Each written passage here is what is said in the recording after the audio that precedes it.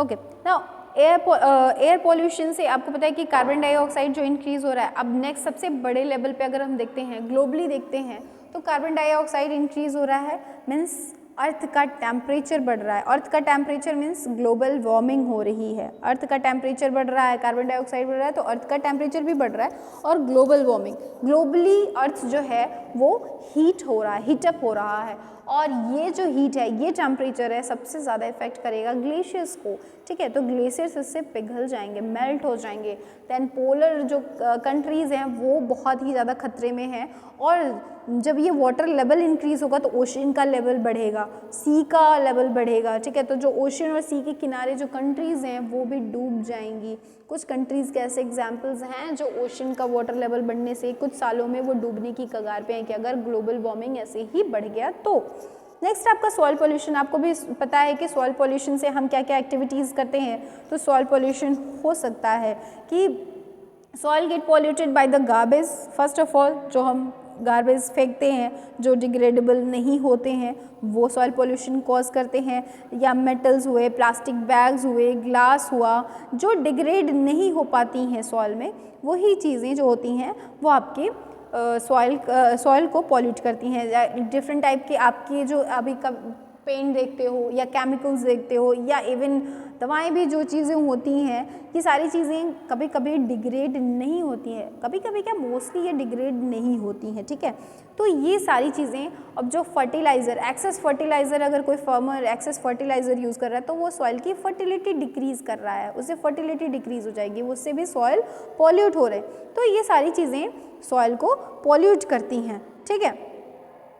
washed off in rivers, lakes and they see through the soil and pollute groundwater too। And सारी चीज़ें इससे अगर pollute होगी, अगर सॉइल पॉल्यूट होगा तो वाटर लेवल भी कुछ पॉल्यूटेड होगा। इसीलिए मैंने बताया ना कि जैसे वाटर लेवल भी वाटर पॉल्यूट होगा तो इसलिए हम कहते हैं ना कि ये जो है ये पोर्टेबल वाटर नहीं है, ये पीने लायक पानी नहीं है। तो हम बिस्लरी की बॉटल खरीद के पानी पीते हैं, क्यों पीते हैं? क्योंकि ये पॉल्यूशन इतना बढ़ चुका है, सारी चीज़ें पॉल्यूटेड हो चुकी हैं, हमें कोई भी प्योर फॉर्म में कोई भी चीज़ मिल नहीं रही है, ठीक है, पॉल्यूशन की वजह से। नेक्स्ट यही है वाटर पॉल्यूशन। आपका वाटर पॉल्यूशन क्या है कि फैक्ट्रीज़ है।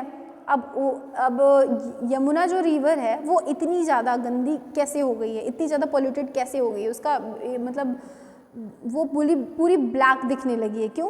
क्योंकि जो दिल्ली की इंडस्ट्रीज़ हैं, ठीक है, दिल्ली में जितनी इंडस्ट्रीज़ हैं, आसपास के जितनी जगहों पे इंडस्ट्रीज़ हैं, उस सब का जो सीवर मतलब जो पाइपलाइन है, जो वेस्ट मटेरियल निकलने का पाइपलाइन है, इफ्लुएंट है, जो केमिकल इफ्लुएंट है, वो उसी से होते हुए यमुना में गिरते हैं।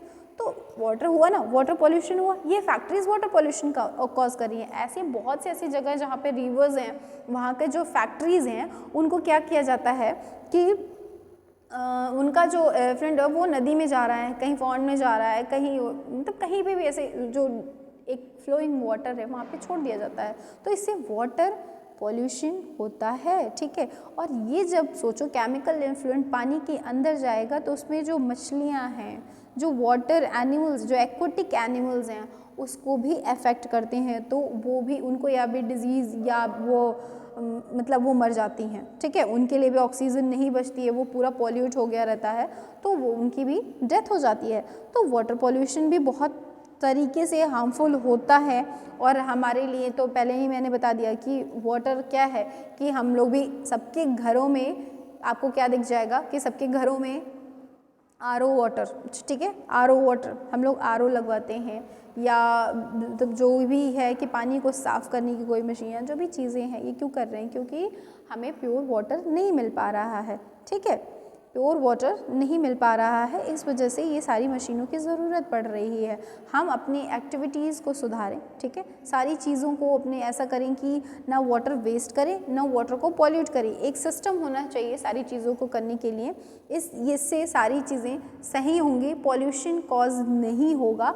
बट ये सिर्फ एक इंसान को सोचने की ज़रूरत नहीं है, सबकी रिस्पॉन्सिबिलिटी बनती है। हम सबको, जितने ह्यूमन बीइंग हैं, सबकी रिस्पॉन्सिबिलिटी बनती है कि हम अपने नेचर को सेव करें। ये सारी चीज़ें नहीं होंगी तो हम अफेक्टेड होंगे, हमारी आने वाली जनरेशन के लिए तो कुछ बचेगा ही नहीं, ठीक है। तो हमें ऐसा सोचना चाहिए कि हमें ये चीज़ों को बचाना है, इट्स आवर रिस्पॉन्सिबिलिटी, ठीक है।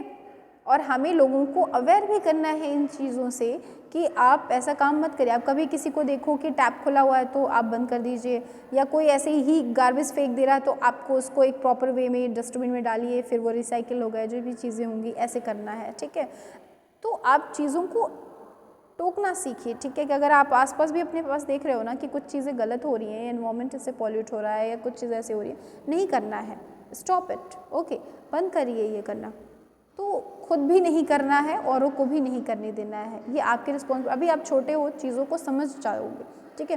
तो अगर आप छोटे हो कि इन चीज़ों को समझोगे, किसी बड़े को बोलोगे तो उसे लगेगा कि आप समझ रहे हो, तो उसे भी चीज़ों को समझना चाहिए। इस तरह चेंजेस आएंगे, ठीक है।